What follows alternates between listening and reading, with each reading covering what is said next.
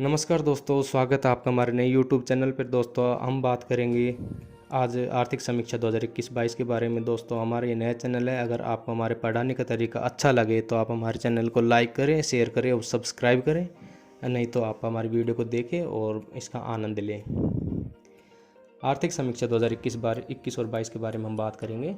2021 और 22 की आर्थिक समीक्षा केंद्रीय वित्त मंत्री निर्मला सीतारमण जी ने 31 जनवरी 2022 को संसद में प्रस्तुत की थी।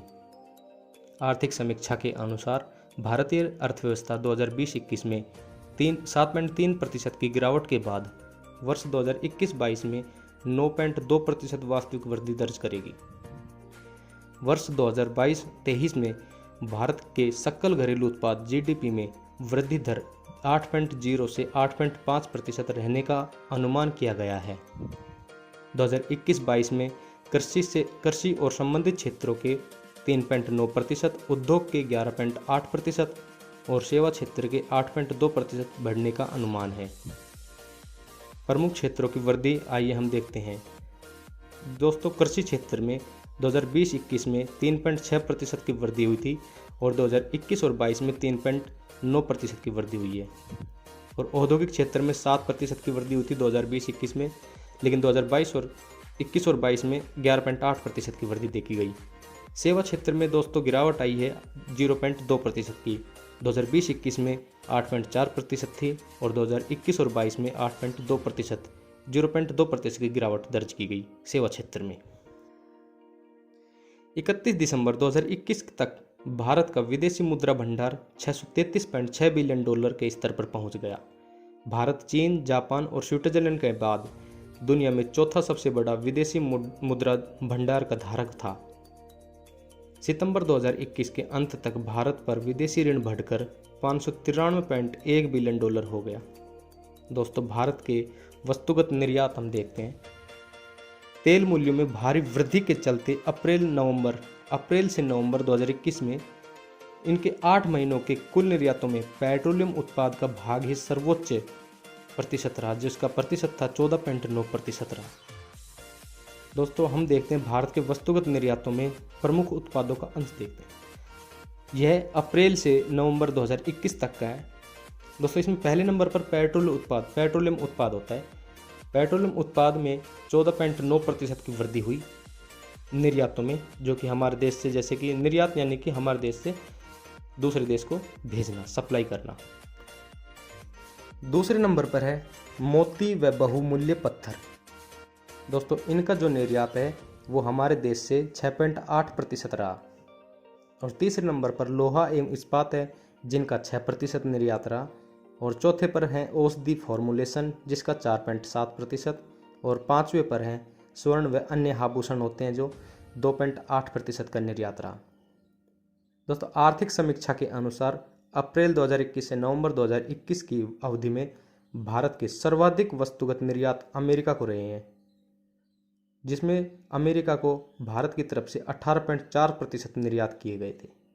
कुल निर्यातों में से 18.4% निर्यात किए गए अमेरिका को।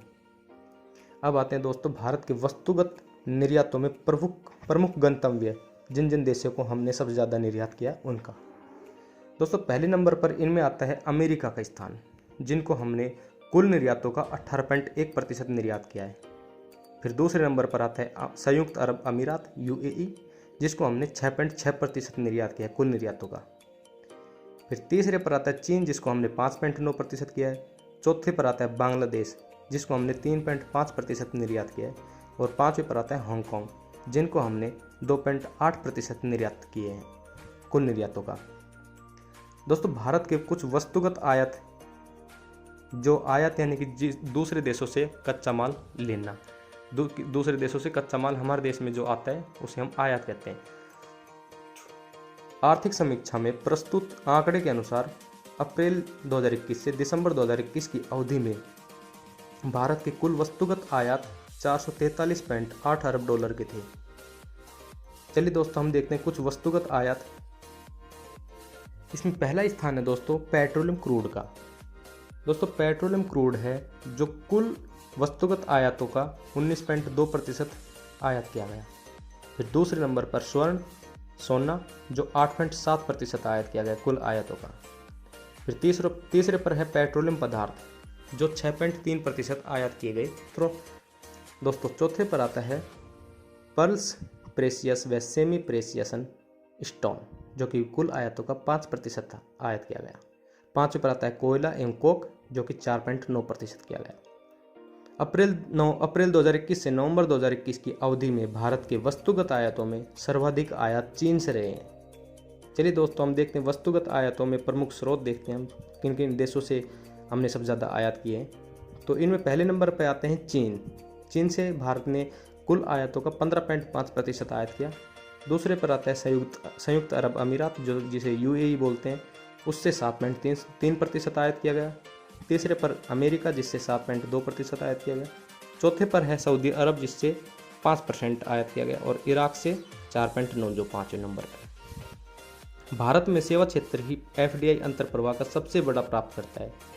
2021-22 की पहली 6 माही में भारत को सेवा क्षेत्र में 16.73 अरब डॉलर का एफडीआई अंतर प्रवाह प्राप्त हुआ। वर्ष 2020-21 में प्रतिदिन सड़क निर्माण में 36.5 किलोमीटर हुआ जो 2019-20 में 28 किलोमीटर प्रतिदिन था। इस प्रकार इसमें 30.4% की बढ़ोतरी दर्ज हुई। दोस्तों सतत विकास लक्ष्य के संदर्भ में वर्ष 2020-21 में नीति आयोग डैशबोर्ड पर ओवरऑल स्कोर 66 हो गया है। दोस्तों यही है आर्थिक समीक्षा 2021 और 22 की। दोस्तों अगर आपको हमारा पढ़ाना अच्छा लगा तो आप हमारे चैनल को सब्सक्राइब करें। मानते हैं कि हम दोस्तों कि आपको किसी किताब में से पढ़ा, लेकिन हम आपको वही पढ़ा रहे हैं जो परीक्षा की दृष्टि से महत्वपूर्ण है।